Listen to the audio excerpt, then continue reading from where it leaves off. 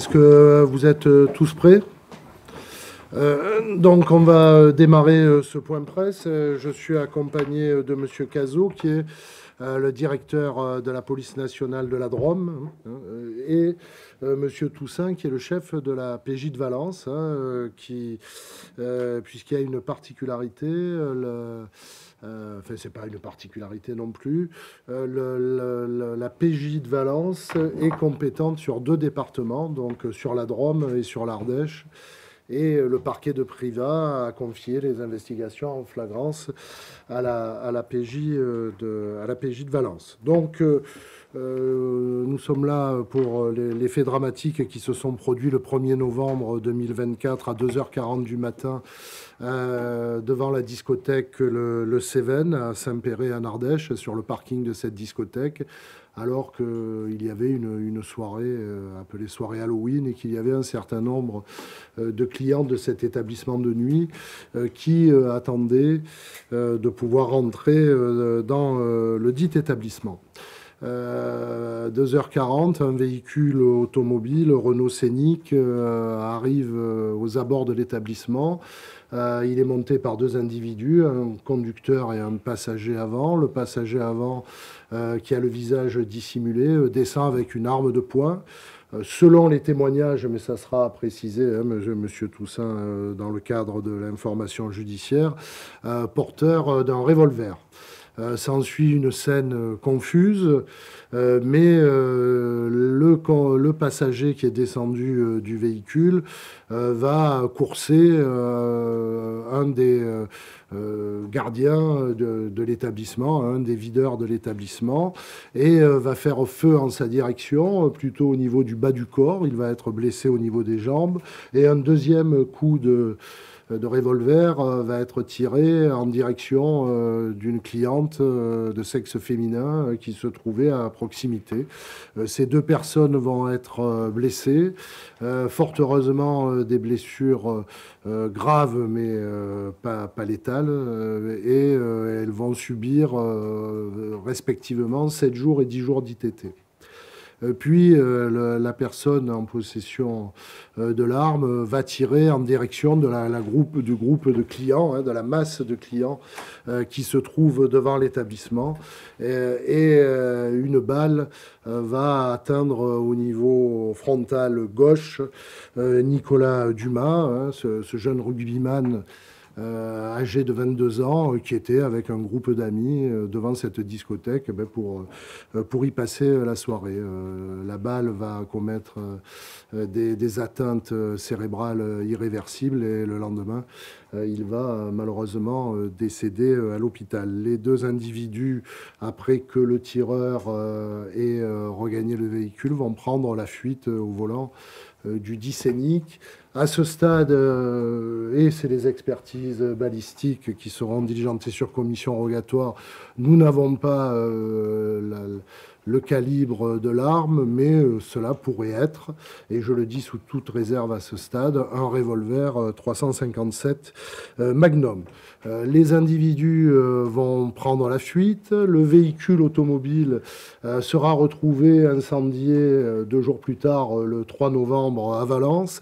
Et puis la PJ de Valence, donc saisie par le parquet local, va mener, et je tenais à le dire, Monsieur le directeur, une enquête très rapide et très efficace qui va conduire, avec la coopération d'autres services de police, là aussi c'est à souligner, la très bonne coopération à la hauteur de la gravité des faits qui venaient de se commettre, à l'interpellation très rapide de 2 auteurs par un travail de téléphonie, de renseignement humain et de remontée des véhicules, puisqu'il y a eu également des véhicules relais. On sait que le conducteur du véhicule va également utiliser un fourgon qui s'avérait lui-même volé, et puis vont être procédés aux interpellations des 2 présumés auteurs. Le premier par la BAC Nord de Marseille, dans le cadre de cet échange d'informations sur le point de deal de la cité de la Bricarde à Marseille. Nous sommes encore ramenés à Marseille également sur le véhicule automobile Renault Scénic qui avait été volé également le 30 octobre à Marseille. Et puis, là aussi, par ce travail de téléphonie, dans le détail duquel je ne rentrerai pas, on va arriver à déterminer l'identité du conducteur qui sera interpellé le soir même, 2 heures plus tard que notre présumé tireur à la Bricarde. Le conducteur sera interpellé à son domicile à Cavaillon. Les auteurs, la personne qui reconnaît avoir fait usage de l'arme à feu est un jeune homme de 19 ans de nationalité italienne, SDF sur le territoire national, et inconnu en France, où il est arrivé de fraîche date. On détermine sans certitude qu'il est en France, en tout cas depuis quelques mois. Il n'avait jamais fait l'objet d'une signalisation. Naturellement, les magistrats instructeurs saisis interrogeront les autorités italiennes pour savoir, dans un second temps, s'il était défavorablement connu de la police et de la justice italienne. Le conducteur, quant à lui, a résidé assez longtemps sur Salon. C'est pourquoi son casier judiciaire porte trace de plusieurs condamnations issu du tribunal d'Aix-en-Provence, qui est territorialement compétent pour Salon, même si la famille et si il résidait désormais à Cavaillon. Il était connu pour des faits d'infraction à la législation sur les stupéfiants, mais également pour des faits de violence intrafamiliale. Le conducteur est âgé de 23 ans, le tireur est âgé de 19 ans. Sur les faits proprement dits, ils reconnaissent la matérialité des faits qui leur sont reprochés. C'est-à-dire que le conducteur reconnaît avoir conduit le tireur jusque devant la discothèque et notre tireur reconnaît également avoir fait l'usage d'une arme à feu devant la dite discothèque. Je tiens, comme je le fais systématiquement, à rappeler que les deux personnes sont à ce stade toutes les deux présumées innocentes. En revanche, là, les versions divergent et sont beaucoup plus sujettes à caution et ils devront faire l'objet d'une vérification. C'est-à-dire que notre conducteur a indiqué qu'il avait été recruté sur les réseaux sociaux pour récupérer un véhicule à Marseille et pour le conduire à Valence ou à proximité. Tout d'abord pour aller sur un point de deal et que c'est arrivé à Valence qu'on lui aurait dit que les choses devaient changer et il disait ne pas connaître le tireur, ce dernier tireur, indiquant lui-même qu'il devait monter sur l'agglomération valentinoise pour se retrouver sur un point de deal et que là aussi c'est au dernier moment que la mission avait changé. Donc je vous dis ça sous toute réserve puisque nous sommes au début de l'instruction judiciaire et que tous ces points devront faire l'objet d'une vérification. Ce qu'il reconnaît, c'est qu'ensuite on lui a demandé d'aller commettre un acte d'intimidation devant la discothèque et que s'il a tiré volontairement, il avait l'intention d'ôter la vie à personne et qu'il n'agissait que sur commandite dans le cadre de manœuvres d'intimidation.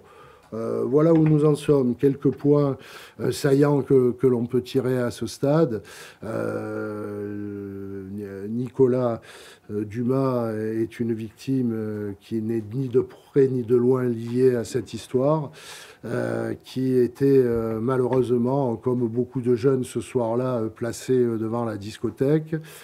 Le deuxième élément qu'on peut amener de manière générale, c'est que naturellement, il s'agit d'une action à visée d'intimidation, probablement de la discothèque, mais là encore, je resterai très prudent à ce stade pour vous indiquer que si aucun élément à ce stade ne laisse à penser qu'il s'agit d'une question liée au trafic de stupéfiants, la question reste entière du pourquoi et de la volonté de ces manœuvres d'intimidation devant cette discothèque. Et le troisième point constant qui a fait que la juridiction interrégionale spécialisée de Marseille s'est saisie du dossier, c'est que le mode opératoire, les éléments de véhicules automobiles, le fait que l'on retrouve et qu'on interpelle le tireur sur un point de deal de la Bricarde nous ramène naturellement à Marseille.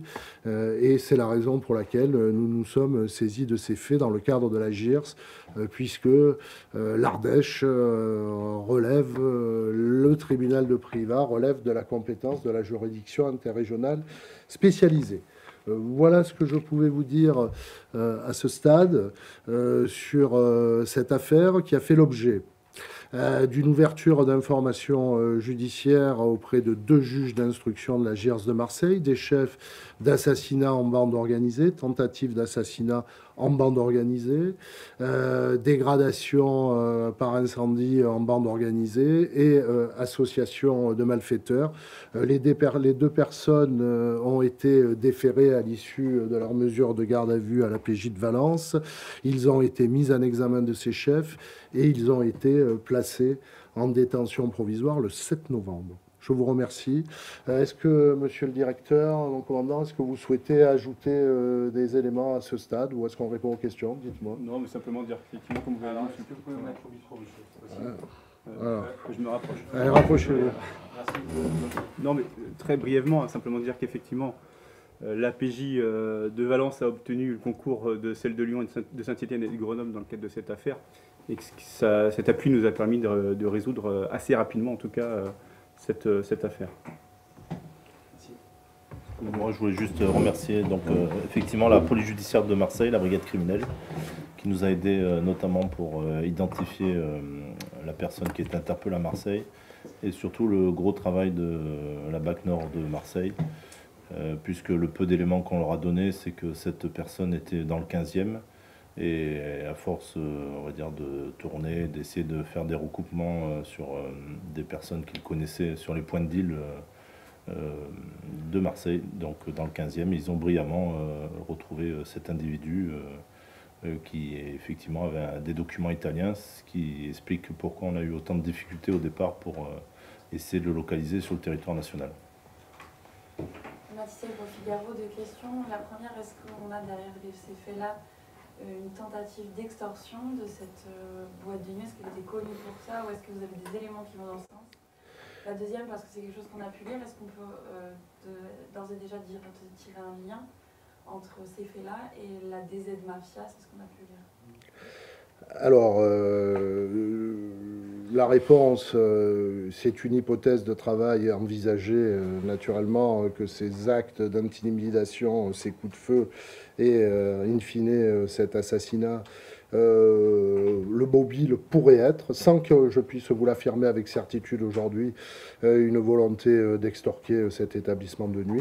Rien à ce stade ne permet de le déterminer, même si c'est une hypothèse de travail qui est naturellement privilégiée. Et j'ajouterai que aucun élément à ce stade ne permet de relier ces éventuellement extorsions au groupe des aides-mafias. Oui. Est-ce que vous constatez une montée, disons, de l'équipe marseillaise depuis, disons, quelques mois, quelques années dans ce secteur-là, ou une présence qui remonterait, notamment aux abords des boîtes de nuit, des points de deal, qu'il y a des liens qui sont un peu plus régulièrement qu'avant, disons, avec les équipes marseillaises? Alors, je vais peut-être laisser la police Valentino s'exprimer sur le sujet, mais effectivement, pour être aussi très clair, nous savons que dans les extensions de certaines organisations criminelles, la vallée du Rhône commence à être un sujet de leur attention, incontestablement. Mais comme je vous l'indique, à ce stade, nous devons les uns et les autres d'être rigoureux. Et pour répondre à votre question précédente, il est trop tôt pour tirer des conclusions définitives. Mais peut-être, monsieur le directeur ou commandant, vous souhaitez... Alors, on va dire plutôt sur certaines maisons d'arrêt où on pense qu'il y a eu des alliances ou des entraides. Après, réellement sur le terrain, c'est pas flagrant pour l'instant. Même au niveau, on va dire, des petites mains qui sont interpellées, c'est plutôt des gens de la Drôme. Et on n'a pas eu pour l'instant une montée ni Marseillais ni des gens des Bouches-du-Rhône. Et concernant du coup cet établissement de nuit, vous qui connaissez ça mieux que nous, est-ce que c'est un établissement que vous connaissiez pour avoir ce type de problématique ou pas du tout? Alors moi je suis là depuis 1 an, on n'a pas eu de difficultés sur même les établissements de la Drôme récemment, enfin rien n'avait été judiciarisé en tout cas, quelques, on va dire des bruits de couloir mais pas rien de concret, en tout cas pas à Saint-Péray. Ouais. Une commandite depuis la prison ou pas? On sait ça à ce stade? Alors à ce stade, aucun élément nous permet de commanditer, contrairement à d'autres affaires qui ont défrayé la chronique, nous permet de commanditer de la prison. En revanche, un dernier point que j'ai oublié d'indiquer dans mon point presse, ce qui nous ramène aussi à Marseille, c'est le recrutement du conducteur, du tireur, par le biais des réseaux sociaux, très rapidement, avec une possibilité de se mobiliser très rapidement, et peut-être même, c'est l'instruction qui le déterminera, de personnes qui ne se connaissent pas et qui ne connaissent pas nécessairement leur commanditaire. Est-ce qu'on explique sa présence à la Bricarde? Pourquoi la Bricarde? Non, on n'a pas d'explication à ce stade sur la présence à la Bricarde. Dernière question. On a eu plusieurs tentatives d'extorsion de fonds sur des établissements marseillais, boîte de nuit ou alimentation. Est-ce que ça fait partie de cette diversification des réseaux stupéfiants? C'est un sujet qui est à l'étude avec la police judiciaire, qu'elle soit de la Drôme ou des Bouches-du-Rhône. Nous suivons ces phénomènes avec beaucoup d'attention. Est-ce qu'il y a eu des coups de feu dans une autre boîte de nuit à quelques kilomètres de là, la même nuit? Et si oui, est-ce que ce sont les mêmes malfaiteurs? Je ne le confirme pas. Est-ce que le Cévennes est connu pour le trafic de drogue? Il y a déjà eu des histoires dans la boîte. Alors ça, c'est plutôt... C'est plutôt un établissement, on va dire, avec des individus très jeunes, on va dire entre 18 et 25 ans. C'est beaucoup de personnes de l'Ardèche, de la Drôme et également de l'Isère. Alors, peut-être quelques petites bagarres ou quelques problèmes de conduite avec de l'alcoolémie, mais il n'y a pas vraiment de problématique. C'est pas un établissement à problème. Pas de lien avec un trafic de stupéfiants avéré sur l'établissement. Est-ce qu'on sait qui est derrière le point de deal de la Bricarde où l'un des 2 auteurs a été retrouvé? On a quelques idées. Il était devant quel point de vue? Merci.